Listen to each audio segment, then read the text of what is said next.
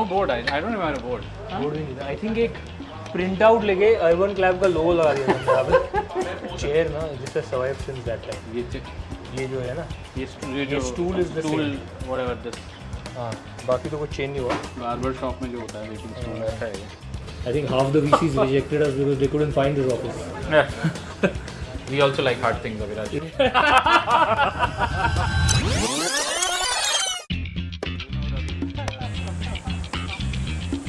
थोड़ा इम्प्रूव तो हुआ है. Very marginal. नहीं I know. Don't worry about me. Yeah.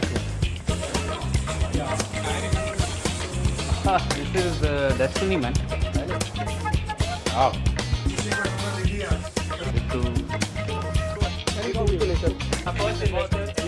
Completely unplanned.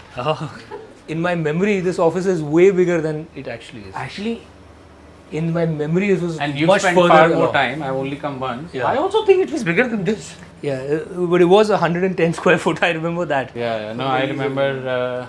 Yeah, but this has survived. This is the only thing that has survived. Everything else has changed. I think that table perhaps has also changed. Marble wasn't there. Marble wasn't there. It was all wood everywhere. yeah, it Actually, was quite very- nice it was- antique style wood everywhere. This is 100% because I remember Survived this- from 11 years. I remember this also. So this has survived. This has made it. यहाँ पे हमारा whiteboard होता था. So my memory and the story I tell people is कि MS Rohit and I came in And we and he had to send 2 people out. 2 interns out. Yeah. कि भाई बाहर निकलो इस रूम में जगह नहीं है. How do founders and investors meet? We had a table here. I had taken that corner there. So I used to sit in the corner there. Wonderful. And then 2 interns, Varun there, Raghav used to sit here. And that was it. That was all the space there was. So from here to 7 million households, 50,000 service professionals, what feelings does this evoke now? I mean, we have to always remember that this is where it all started. You know, we sort of always have that day zero ethos, and this was literally day zero for us. So very surreal. and in Very many ways, surreal. I think today is also day zero. Absolutely. Very surreal. In fact, meeting this gentleman was This was amazing. This was what amazing. a powerful experience. What a powerful experience, and the fact that he remembered. He remembers, and he keeps saying urban clap, of course. He says urban because clap he because that's what he has seen. remembers, Yeah, and he's That used took it us so some much. time also to not say. And he uses it for his kid. It was beautiful, beautiful. Wow. Lovely. Good. Took you some time meandering back here, finding the yeah. path, but Finding it was Yeah. not so easy. I think half the VCs rejected us because they couldn't find this office. yeah. We also like hard things, Abhiraj.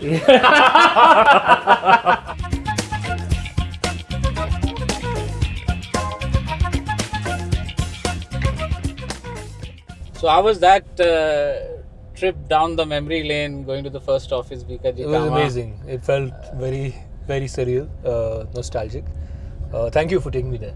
Yeah, no, it was fun for me also, like very surreal. I think I've only come once, but somehow it evoked some memories. So for you, though, of course, it'll be much more deeper. And now back to the fancy boardroom and a good setup when we talk of scale. So now talking of scale, you know, it's incredible. Like 7 million households, kind of use your service every year and multiple times a year. And we used to discuss this long back, which is, this is really a very high trust barrier. This is not, you buying a transaction, products coming. This is a person entering your house, you're trusting, spending few hours with you, on you sometimes if it's beauty at home.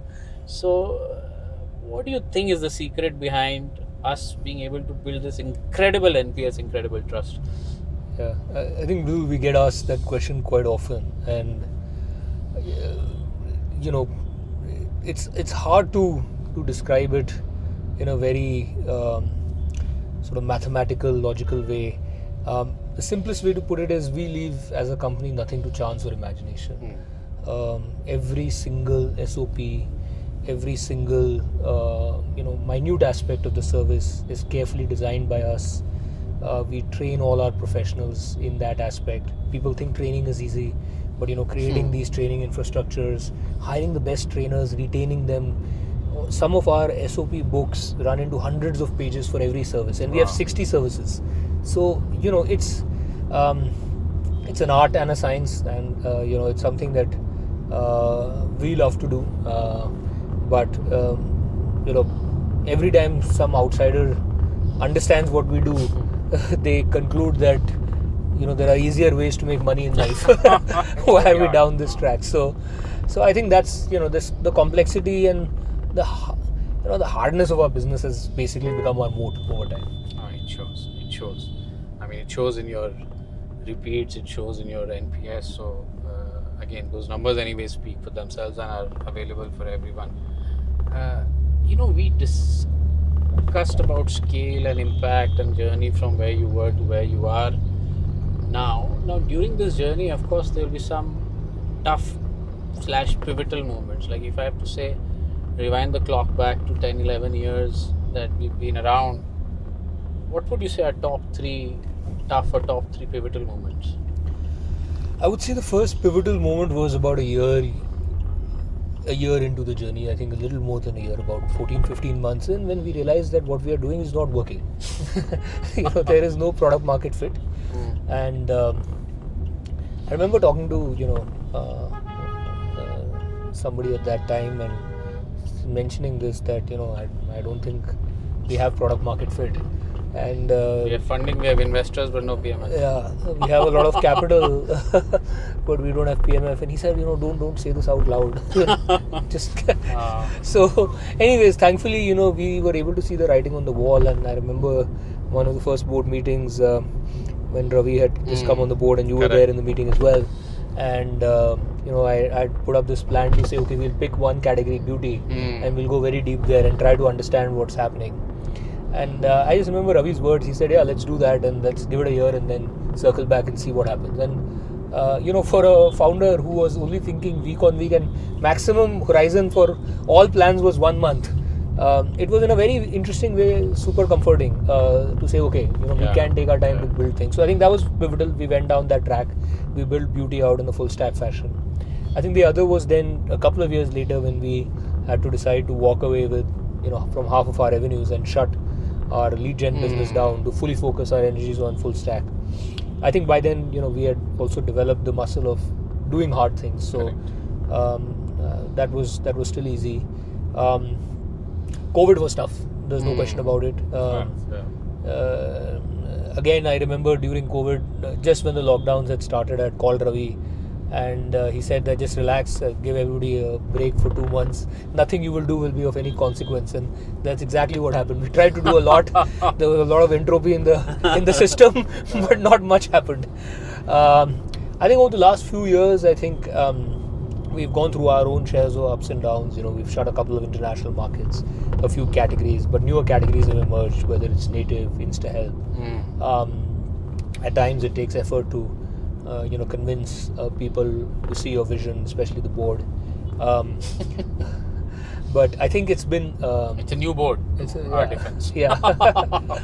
But, I think over time, the journey of entrepreneurship is such that, over time you kind of get a little more thick skin and you learn that, eventually if you have conviction in something, you have to go pursue it. And so, yeah, it's been a fun ride so far, and we are only getting started. We have a long way to go. Absolutely. Yeah.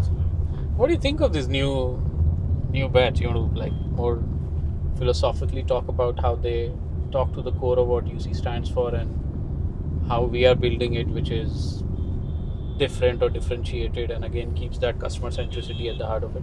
Yeah, I'm happy to talk about both of them, Native and InstaHelp. So Native for us, we are building it out as a full stack brand, just like Urban Company is a full stack platform for services. Native will be a full stack brand which will own the consumer journey from sale to after sales and beyond. We want to build truly differentiated, best in class products which have a strong synergy with our services ecosystem and are also fully integrated into the UC app and allow the consumer to engage with those products via the UC app. And over time, the goal is to transform the UC app or the UC platform from a home services company to a true home platform that can offer services, solutions, and sort of a connected ecosystem of the important devices in your home. So I think that's that's the vision. I know it's hard to see it today, how it'll all come together, but it will. Over the next 10 years, as we do this, I think it will come together. InstaHelp is super strategic for us. It's probably the most important bet in the company right now. It honestly has changed the orbit of frequency for Urban Company from a medium frequency platform to a high frequency platform over time. Dramatically increases the relevance, the consumer engagement. Over time will build a very, very strong strategic moat around our core business and a strong top of the funnel. So we're all hands on deck. This is sort of something that we have to get to absolute unquestioned market dominance and leadership in InstaHelp, just like we have in our core business. We've gotten off to a good start. We are the market leaders today by a stretch. Undoubted. But we have to get to that 80-90% market share, and more importantly, I think for the consumer this is very fundamental, right? So for the consumer, we want to have that service that they can engage with multiple times a month. We want to have that service that solves a deep pain point in their life, that they start to think of UC as indispensable with their life. They start relying on UC as really the core backend. Like these services, if you think about it, these are very, very dramatic moves that we are making. We could have just continued to compound our core business, and that would have been the easier thing to do, because then it's very profitable. Profitability would have improved. We would have shown quarter-on-quarter growth, and Correct. It's the easier pathway to take as a company that is on the path of the cusp of going public. But that's, firstly, we always like the hard part, not the easy part. So it's a bit of our DNA, I guess. But more importantly, it's we are an ambitious company where we feel we are very, very small in the scheme of things. We want to be one of India's most important companies over the next 10 years. And we think these bets can get us there. We think it will help us, become the most important company for the Indian home 10 years out. That's what we want to be. We want to be the one or two companies that consumers can't live without. And we think we have the opportunity, at least, very humbly put, to be that company. Yeah, love that vision, and I think it's true for 7 million households for sure annually today, and hopefully it will be a multiplier of that. And I read this long back saying, every new move or a new opportunity is a cost for an incumbent. So you can have an incumbent mindset, which, you've come and disrupted what one would call were some incumbents in the markets earlier. Largely unorganized. And having that mindset of saying there's always solutioning for the customer, what do they need, new bets. I think that love that DNA. Yeah. No, we are not incumbents. We're like a Series A company. Yeah. No, I love that mindset, and we have that mindset. So we should never fall in that incumbent mindset. Yeah. Agreed.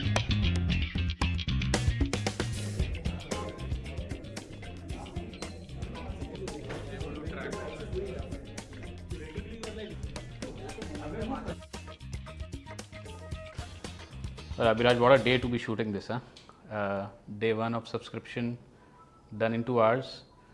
I hear we popped champagne also. Speeches have been given. Feels such a proud moment. So congratulations first of all. Thank you so much. And the team. It's amazing. And so as you get ready to be public, what are you most proud about? I think we are very proud about the platform that we've built, which today is impacting 7 million consumers annually, more than 50,000 service professionals who are living dignified, respectful, middle-class lives. We are proud of the brand, proud of the emphasis we lay on customer experience, proud of the team we've created, and also proud of the opportunity ahead of us. I think, I firmly believe we are only getting started as a company. First decade was figuring things out, then laying a foundation for what is to lie ahead. So lots to be grateful about, but lots to look forward to.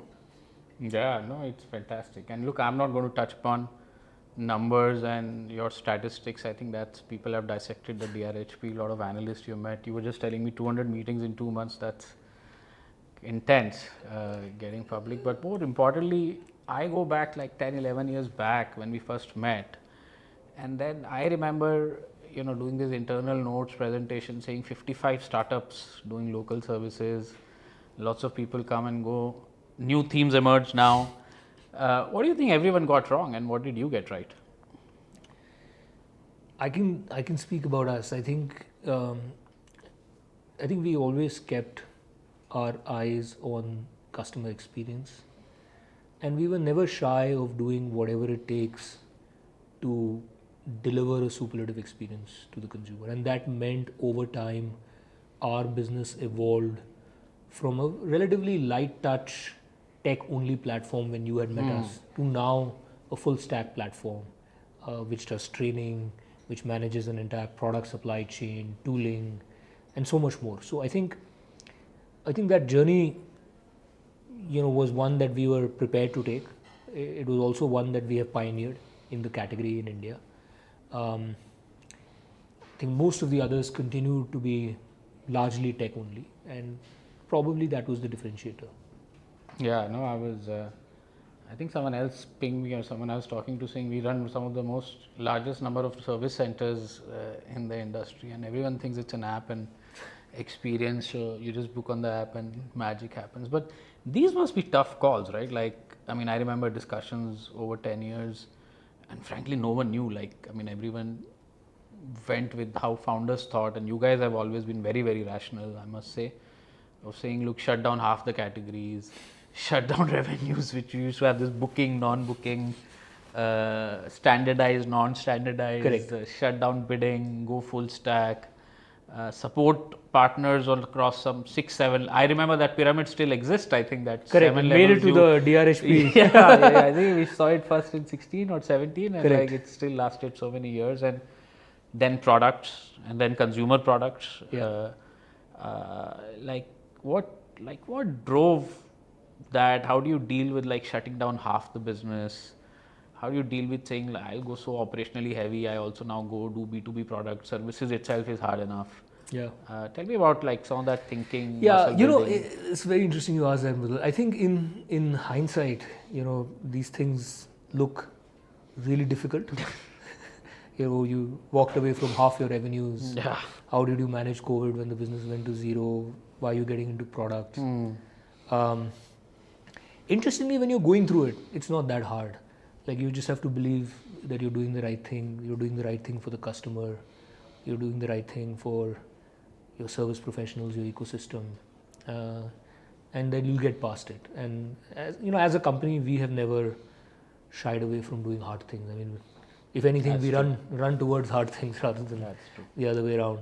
I also read this very interesting thing recently, which is, this interesting quote which said that you can just do things, and it stayed with me. This gentleman mentioned that one of his biggest learnings in life was that you can just do things in life, and I think that's what we did, and that's what we've done in the last 10, 11 years. I think rather than overthinking too critically, we've just gone ahead and done things, and many things haven't worked, but the ones that do, they take care of it.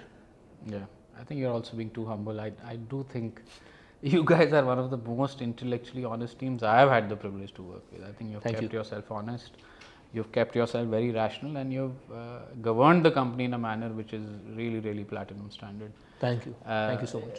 Which brings me to the question now, given the public company, what stays same, what changes? I know what won't change, because I think even few years before this public event, you started running the company like a public markets listed company. The board has been fiercely independent, and I mean fiercely also, and independent also. Knowing the board, I know how you present and give numbers. Your MISs, by the way, I still send to early stage founders from early days of templates of how MISs should be made. So Yeah. I think that rigor and governance standards you've always maintained, so they stay same. But what do you think like fundamentally stays same, and but what really changes now? I think what will remain the same is the ethos with which we are building the company, the long-term trajectory. And I don't think the business strategy will fundamentally change, or at least I would like to believe that it will not. Because I think the business strategy has to be driven by what is right for the consumer, what is right for the service professionals, what are the opportunities we are seeing, rather than how the shareholding of the company has changed. It wouldn't be right long term for even the shareholders if we were tweaking or changing the business strategy basis shareholding patterns. Of course. So I think that remains the same. I think what will change is there will be a lot more scrutiny. There will be a lot more focus on every step we take. We are committed to very transparent and honest disclosures, as we have done as a private company. Absolutely.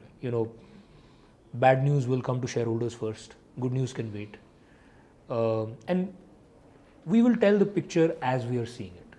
Clearly, simply try to tell the truth, not window dress it or not be too conservative either.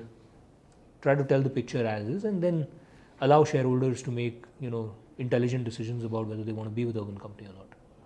Now, thank you so much, Abhiraj, for taking out the time and being such a fantastic partner of ours for more than a decade. We look forward to being partners also for a decade or more with you. So, thank you so much for your partnership and all the best as you get listed. Thank you, Mridul, and I think yourself, Ravi, and the entire Elevation team have been absolutely phenomenal partners for us. We could not have hoped for better seed-stage investors. We are privileged to have you, and we will be privileged to have you for as long as you think we are worthy. Thank you so much. Thank you. Thank you.